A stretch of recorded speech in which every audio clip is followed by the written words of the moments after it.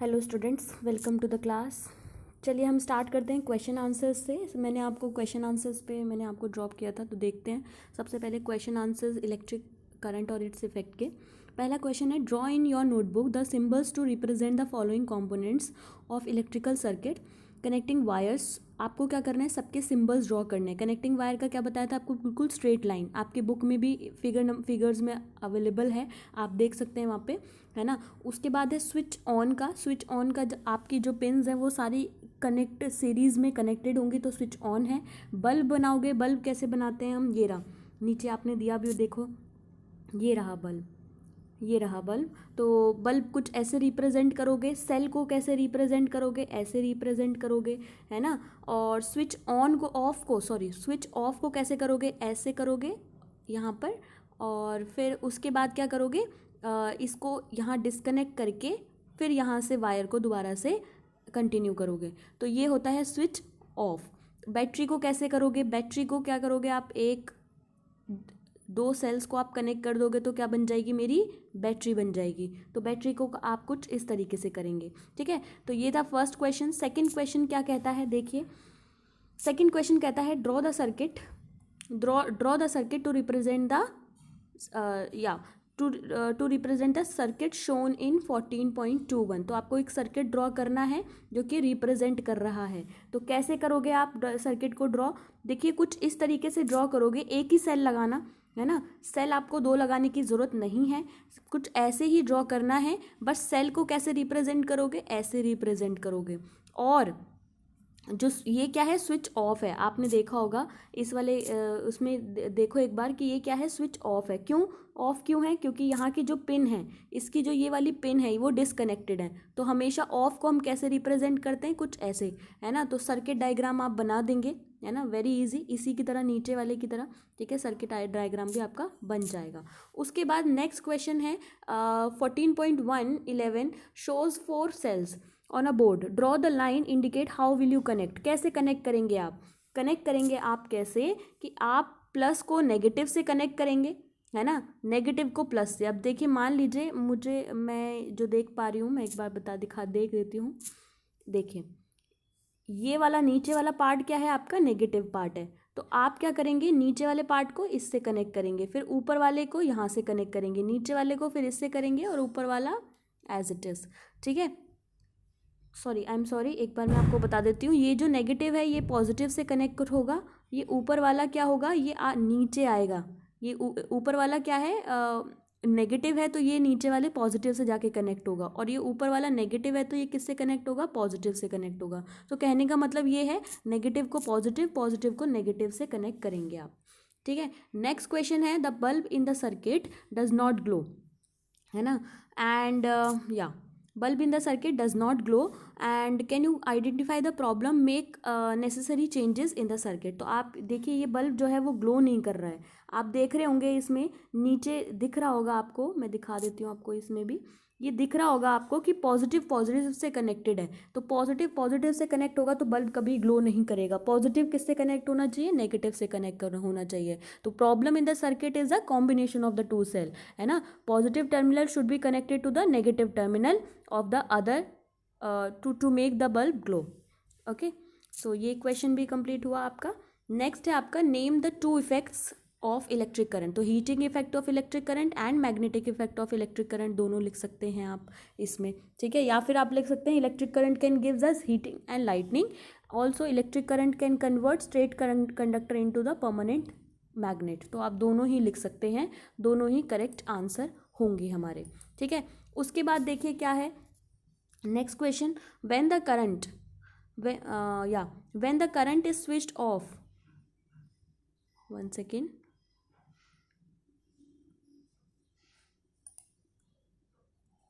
yeah, so when the current is switched on through a wire, a compass kept nearby gets deflected from its north to south direction, explain। तो जब आप current pass करते हैं तो जो आपका wire है, वो कंपस निडल है, वो क्या है, डिफ्लेक्ट हो रही है। कैसे, नॉर्थ टू साउथ डायरेक्शन में। तो क्यों हो रही है, when the current is switched on through a wire, magnet field is created around it, hence we see deflection in the compass needle kept nearby। ये आपका आंसर होगा, ठीक है।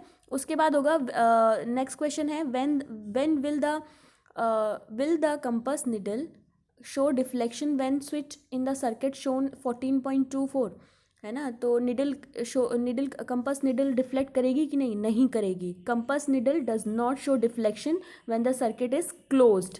अगर सर्किट क्लोज्ड होगा तो उस कंपास निडल डिफ्लेक्ट नहीं करेगी। Magnetic field is not created until current is flowing through it. तो आप देख रहे होगे यहाँ पर ये क्या है, डिस्कनेक्टेड है। ये क्या दिखा रहा है, स्विच ऑफ दिखा रहा है। जब स्विच ऑफ दिखा रहा है तो करंट फ्लो नहीं कर रहा है। करंट फ्लो नहीं करेगा तो मैग्नेटिक फील्ड भी प्रोड्यूस नहीं होगी और कंपास निडल भी डिफ्लेक्ट नहीं करेगा। नेक्स्ट है longer line is a symbol of for a cell represent the positive terminal. Longer जो लाइन होती है वो क्या करती है, आपका पॉजिटिव टर्मिनल रिप्रेजेंट करती है। द कॉम्बिनेशन ऑफ 2 और more cell is a battery. When current is switched on in a room heater it produces a heat and a safety device based on heating effect of the electric current is a fuse, is called a fuse. Next है आपका true false. To make a battery to make a battery of 2 cells, the negative terminal of one cell is connected to the negative terminal of other cell। तो नहीं, बिल्कुल नहीं। Negative terminal को किससे जोड़ेंगे हम, पॉजिटिव टर्मिनल से जोड़ेंगे। तो स्टेटमेंट इनकरेक्ट है, फॉल्स है। नेक्स्ट है when the electric current through the fuse exceeds a certain limit the fuse wire melts and break. Yes, true, है ना। तो आपका जो जब फ्यूज़ क्या होता है, फ्यूज़ का फंक्शन क्या होता है, फ्यूज़ आपके जब भी कोई एक्स्ट्रा करंट लिमिट से ज़्यादा करंट फ्लो करता है वायर के थ्रू तो फ्यूज़ क्या हो जाता है, मेल्ट हो जाता है। तो it is true statement. Next है an electromagnet does not attract a piece of iron. False, बिल्कुल भी नहीं है, इलेक्ट्रोमैग्नेट अट्रैक्ट करेगी पीस ऑफ आयरन को। नेक्स्ट है an electric bell has a electromagnet. True, electric bell के पास इलेक्ट्रोमैग्नेट होती है। अगर आपको कोई भी डाउट है तो आप मुझसे पूछ सकते हैं व्हाट्सएप मैसेज पे भी, नो प्रॉब्लम, ठीक है। इस चैप्टर में कोई भी डाउट हो आप पूछ सकते हैं। नेक्स्ट है do you think an electromagnet can be used for separating plastic bag from a garbage heap? No, because plastic does not contain a magnetic property to get attracted to a magnet. Hence, magnet cannot use to separate the plastic bags. ठीक है। Next है an electrician carrying out some repair in the house, he wants to replace a fuse of a wire, है ना। would you agree? उसने बोला है कि आप वो कुछ रिपेयरिंग कर रहा है और वो fuse he want to replace a fuse by a piece of wire. तो इट इज़ नॉट, ये पॉसिबल है नहीं। It is not a wise idea to replace fuse by a piece of wire, क्योंकि वायर का क्या होता है, बहुत ही लो मेल्टिंग पॉइंट होता है। In case of metal piece melting will be high and the circuit will intact due to which overloading और overheating may be occur. उसके बाद है Zubeda made an electric circuit using a cell holder shown in 14.4, a switch and a bulb. When she put the switch in the on position the bulb did not glow. Help Zubeda in identify the possible defects in the circuit. तो क्या क्या reasons हो सकते हैं इस वाले question में, देखिए द कनेक्टिंग वायर में बी द लूज, ये रीज़न हो सकता है। द इलेक्ट्रिक सेल में be the used up and also the switch may not be functioning well, also the cell power may be exhausted। तो ये सब रीजंस हो सकते हैं जिसकी वजह से डिफेक्ट्स आ रहा है। लास्ट क्वेश्चन है आपका would any of the bulb glow when the switch is in the off position. बड़ा इंपॉर्टेंट क्वेश्चन है ये। देखिए no, the bulb will not glow as a circuit is not complete. ठीक है, अगर सर्किट कंप्लीट ही नहीं होगा तो बल्ब ग्लो नहीं करेगा। तो आप देख रहे हैं यहाँ पर क्या है, सर्किट इनकम्प्लीट है क्योंकि स्विच क्या है, ऑफ है। ठीक है। नेक्स्ट है what will be the order in which the bulb A B C will glow when the switch is moved to the on position. So आप लिखेंगे इसका if the switch is on the bulb glow simultaneously. तो ये था आपका exercise, ये आपकी finish हो चुकी है।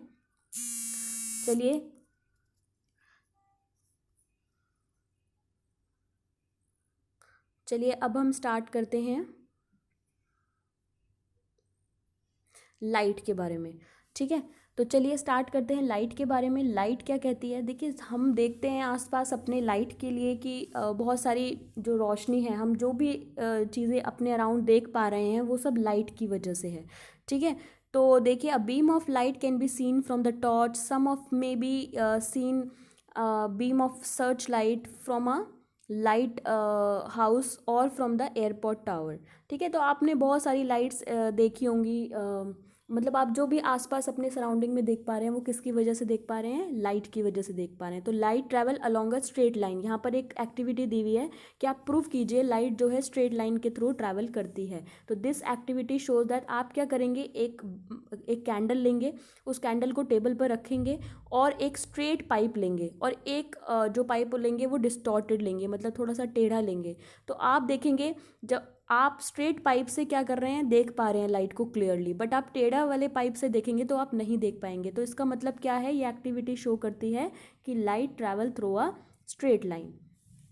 ठीक है, उसके बाद देखिए कुछ और एक्टिविटीज़ भी दी हुई हैं। देखिए 15.2 में, अच्छा ये मिरर वाली एक्टिविटी भी दी हुई है ना। तो मिरर वाली एक्टिविटी भी आप घर पर कर सकते हैं। आप लाइट लीजिए, मिरर लीजिए और उसको रिफ्लेक्ट, उसको मिरर के ऊपर रिफ्लेक्ट करवाइए। तो आप देखेंगे लाइट जाकर वापस आ रही है ना, लाइट उस मिरर पे रिफ्लेक्ट होके वापस आ रही है। तो डायरेक्शन ऑफ लाइट क्या हो रही है, चेंज हो रही है। तो उसका भी क्या इम्पैक्ट पड़ता है वो हम इस चैप्टर में देखेंगे। एक्टिविटी 15.2 देखिए क्या कहती है, प्लेस अ लाइट। अब आपको कैंडल को क्या करना है, मिरर के सामने रखना है। तो मिरर, आपका जो कैंडल है, मेन कैंडल क्या है, ऑब्जेक्ट कहलाता है। ये देखिए, ये मेन जो कैंडल है वो क्या कहलाता है, ऑब्जेक्ट कहलाता है। और जो इमेज बन रही है हमारी मिरर के अंदर वो क्या कहलाएगी, इमेज कहलाएगी। ठीक है, तो the mirror is the image of the candle formed by the mirror and the candle itself is the object. Candle itself क्या है, object है। और जो behind the candle which appear behind the mirror, जो आपके कैंडल behind the mirror दिख रही है हमको, वो क्या है, हमारी इमेज है। ठीक है, तो दो टर्म्स यहाँ पर इंट्रोड्यूस हुई हैं, ऑब्जेक्ट और इमेज।